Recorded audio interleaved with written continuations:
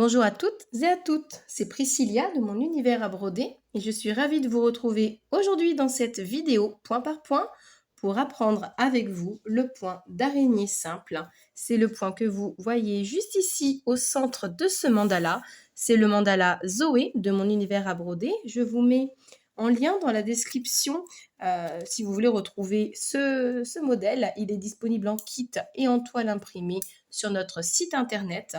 Donc n'hésitez pas, pour celles qui veulent apprendre à broder, vous y retrouvez 15 points débutants et ils seront toutes en petites vidéos relativement courtes pour vous permettre de les retrouver facilement et de pouvoir les visionner très rapidement.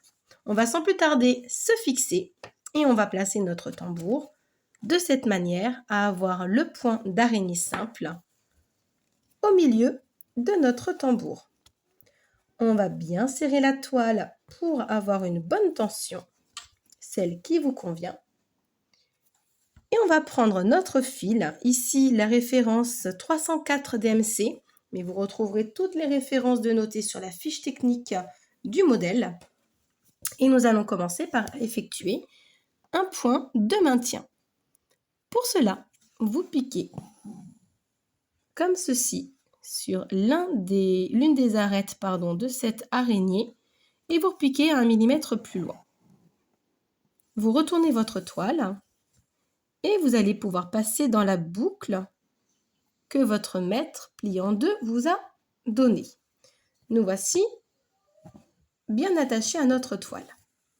Nous allons pouvoir faire nos points lancés qui nous serviront de base pour cette araignée simple. Donc vous ressortez à la base de l'une des arêtes pour revenir piquer au centre. Je vous le décompose pour que vous voyez bien toutes les étapes. Vous ressortez à la base d'une autre arête, celle qui suit, pour revenir piquer dans le même trou au centre. Et ainsi de suite, une fois les 5 branches effectuées. En repiquant toujours au centre. Pour celles qui sont plus aguerries, vous pouvez ressortir directement à la branche suivante. Ici, je le décompose pour que tout le monde puisse suivre ce point, étape par étape.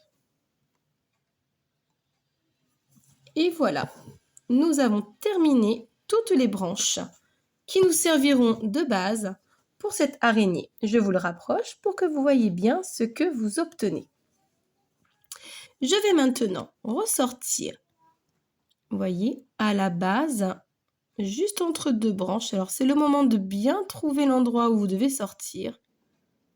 Comme ceci, vous voyez. Si je me rapproche, vous voyez bien que je suis à ras de mes deux branches. Et là, l'idée étant de passer une fois au-dessus d'une branche et une fois en dessous. Vous avez un nombre impair, vous avez 5 branches et vous allez voir, ça va vous donner un effet comme une rose en fait. Vous allez voir, on va le passer tout de suite. Là, nous allons passer par-dessus cette première branche. Donc, je vais venir glisser mon aiguille par-dessous celle-ci. Vous voyez comment cela se passe? Ça se coulisse tout seul. Ne tirez pas de trop surtout. Et comme nous sommes passés en dessous de celle-ci, nous allons laisser notre fil aller au-dessus de cette branche-là. Donc, je vais reglisser mon aiguille en dessous de la suivante. Vous allez passer tout simplement une fois sur deux. Et ainsi de suite. Comme c'est un nombre impair, vous allez voir que ça ne sera pas toujours sous les mêmes branches que vous allez passer. Si vous avez une aiguille à bourron, c'est le moment de l'enfiler si vous voulez être sûr de n'abîmer aucun point autour. Ici, il n'y en a pas encore puisque nous commençons ensemble l'ouvrage. Mais sur d'autres toiles, vous pouvez avoir des points autour et c'est très utile de changer d'aiguille. Et vous continuez. Vous voyez, ça commence à se remplir. Vous commencez à avoir le motif qui se dessine.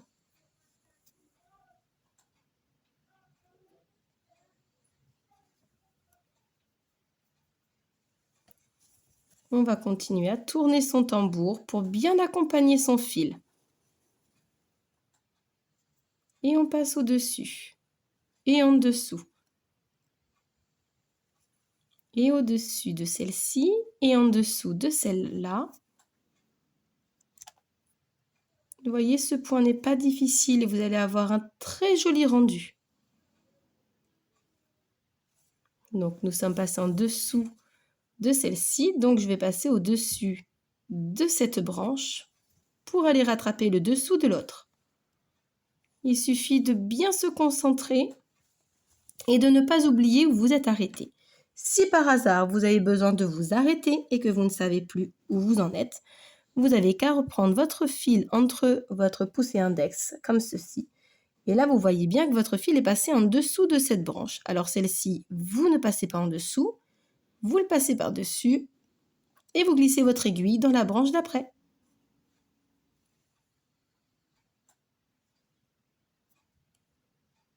Et vous continuez.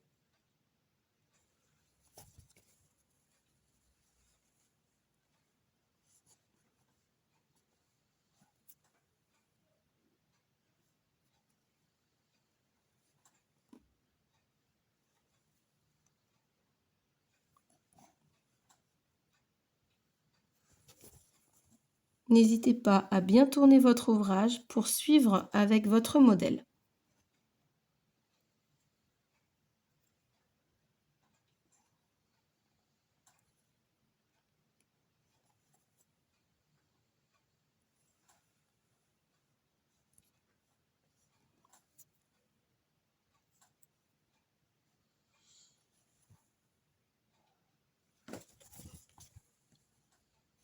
Vous pouvez toujours jouer avec vos doigts pour pouvoir bien placer vos fils quand parfois ils pourraient être un petit peu dédoublés comme là, voyez.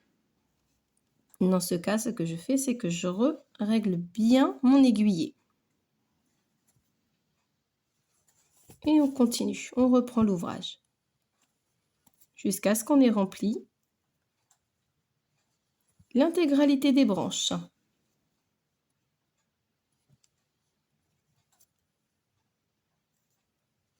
Ne vous en faites pas pour les traits qui pourraient apparaître, les traits bleus qui vous servent de cercle.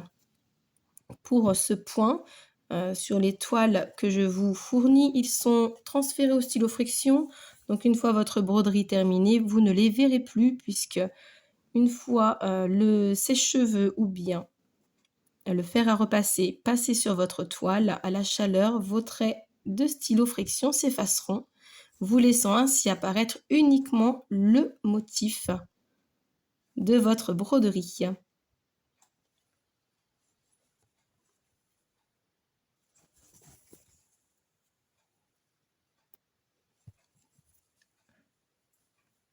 Vous voyez, on commence à bien remplir toutes les petites branches. Bientôt, on ne les verra plus.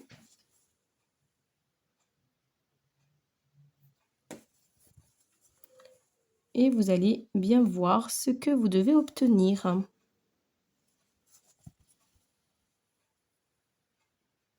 Il me reste quelques tours à effectuer.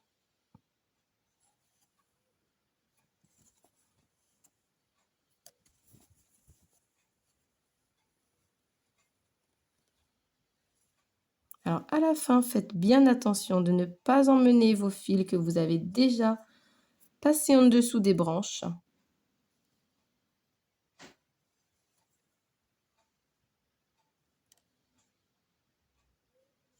Et là, vous avez votre araignée qui se dessine. Vous la voyez bien. Regardez ce que vous devez obtenir. Il ne me reste plus qu'à terminer mes quelques petits tours avant de pouvoir la travailler du bout de mon aiguille pour vous montrer le résultat final. Je vais terminer mon mètre de fil le plus que je peux.